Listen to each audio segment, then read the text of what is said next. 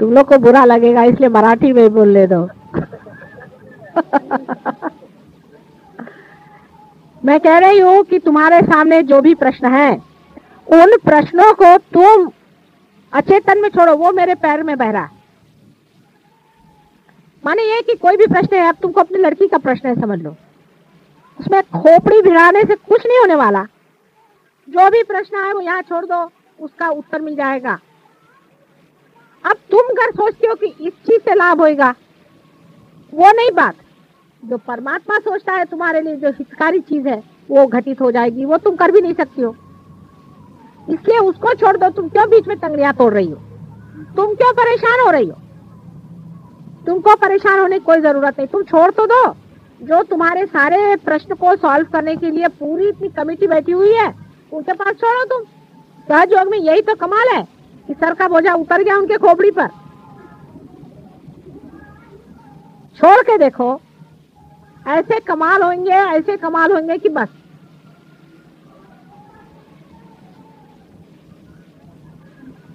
लेकिन मनुष्य की खुददारी की बात हो जाती है, आखिर तक वो ऐसा ही सोचते रहता है कि नहीं मुझी को करना है, मुझी को करना है।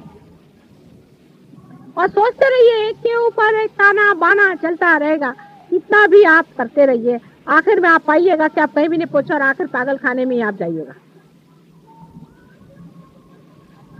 आपके प्रश्न हल करने के लिए एक बहुत बड़ी कमेटी बैठी हुई है,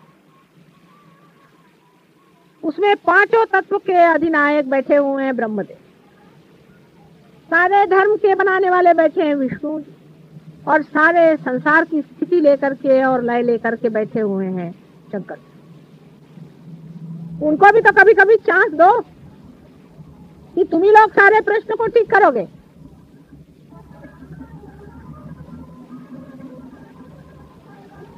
और जैसे ही आप निर्विचार में होना शुरू कर देंगे, आप देखिएगा आपके अंदर ये तीनों ही शक्तियां अपने आप बन जाएंगी, अपने आप सुलझ जाएंगी, धर्म, अर्थ और काम। बिल्कुल वो ठीक से अपने अपनी जगह बैठ जाएगी। निर्विचारिता में रहने से आपके अंदर के जो प्रश्न हैं उसमें कॉस्मिक चेंज आता है। एक कोई अंदरूनी घटना घटित होती है, उसके सूत्र पे घटना होती है। जैसे एक आदमी समझ लीजिए शराब पी रहा, मिसाल की तौर, वो मेरे पास आता है, माता जी ये शराब पीता है, इसको शराब छुड़ा। उसकी कुंडलिनी जागरूक करते ही उसके अंदर की कॉस्मिक दशा ऐसी हो जाती है कि वो शराब पीता है तो उसको उल्टी होती है।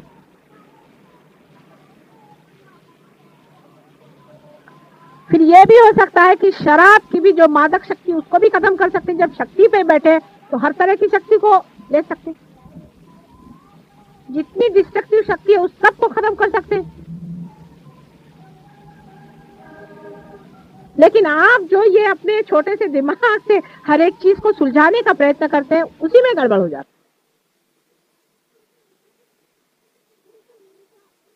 है। बिल्कुल निर्विचार, मेरे पैर पे भी लोग रहते हैं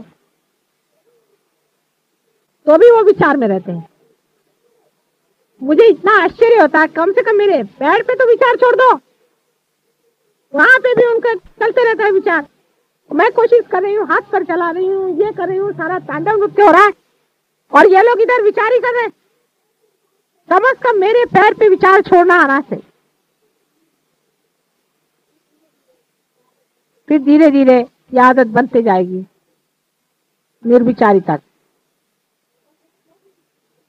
बस एक छोटी सी चीज है कि निर्विचार में रहना सीख।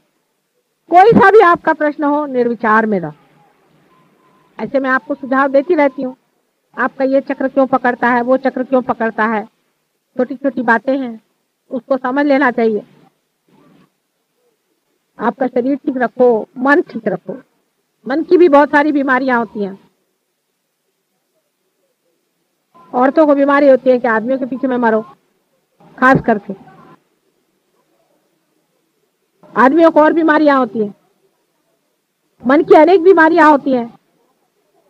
उधर जरा सा चित्त रखो, निर्विचार में रहो। एक छोटी सी चीज करने से ही आपका जो स्वयं हृदय में बैठा हुआ स्व है, उसका प्रकाश फैलना शुरू होगा और वो ही प्रकाश है जो आपके अंदर ये वाइब्रेशंस की तरह से बह रहा है। ये आपके अंदर बसा हुआ परमात्मा का जो अंश है, स्व, सेल्फ, उसका प्रकाश सारे संसार में जाता है और लौट के आपके पास आ जाता है। पैराबोली में अनेक उसकी लहरें चलती हैं, गोल गोल घूम के आपके हृदय में आ जाता है। अपनी जो बातें है उसे ठीक रखो, आपका शरीर ठीक रखो, जो आपका दीप है, आपकी जो शक्ति है, तेल दिमागी जमा खर्च जो है उसमें खर्च न करो।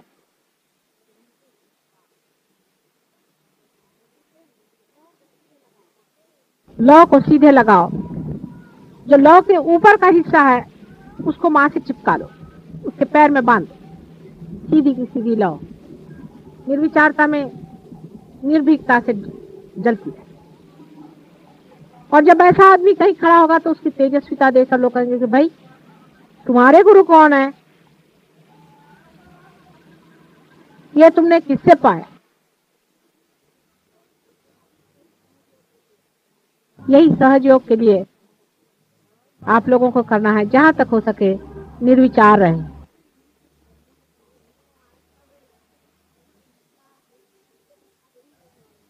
हम तो धक्का दे ही रहे हैं कुंडलिनी को, आपको भी वहां रखने का कोशिश कर रहे हैं। आप भी जरा कोशिश करें, कोई विचार नहीं आना है।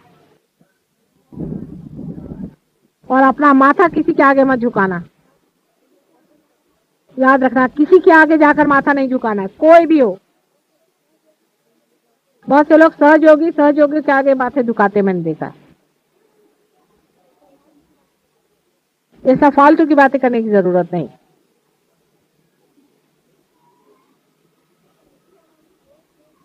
मूर्तियों में भी देख के जिसके वाइब्रेशन ठीक हो, ठीक है।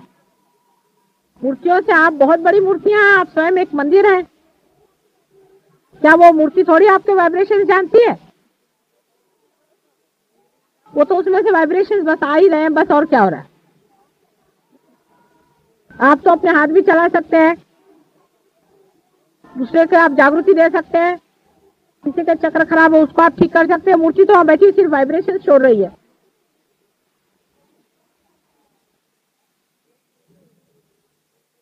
सहयोग में बंबई सेंटर में बहुत काम हुआ है, इसमें कोई शक नहीं। और लोगों ने बहुत अपने को ऊंचा उठा दिया है। और वैसे भी महाराष्ट्र में बहुत काम हुआ है।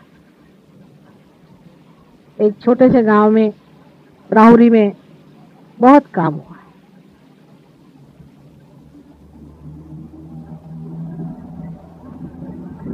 जितना आप गहरा उतरेंगे उतना ही गहरा काम होगा।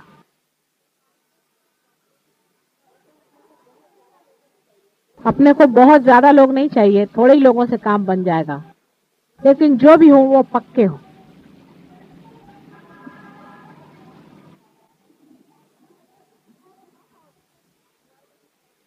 आता काही प्रश्न असले तर विचार।